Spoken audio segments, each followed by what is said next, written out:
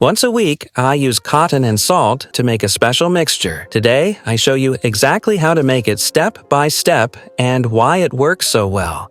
For this, you only need cotton, salt, and a simple plastic container. I place a few small cotton balls at the bottom of the container. It does not need to be fancy. Even old makeup pads work just fine.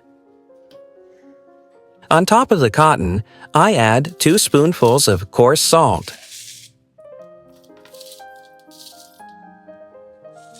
Now comes the part that feels almost magical. I add 1 spoon of baking soda and 1 spoon of white vinegar. The mix starts to bubble as the air inside changes, and this helps spread the salt particles even better. While the bubbles rise, I add 10 sprays of my favorite fragrance.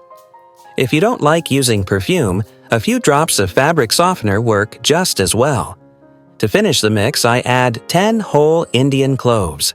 They smell warm and sweet, and they also help keep tiny pests away. This part is very helpful in damp homes. The container needs some air so the salt can breathe, so I put a sheet of aluminum foil and with a wooden toothpick make small holes in the foil. Now I set this little container inside the closet and behind the toilet, and any other place I consider.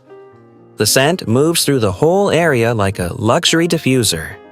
I make this mix every few months and my home stays fresh without buying any extra sprays.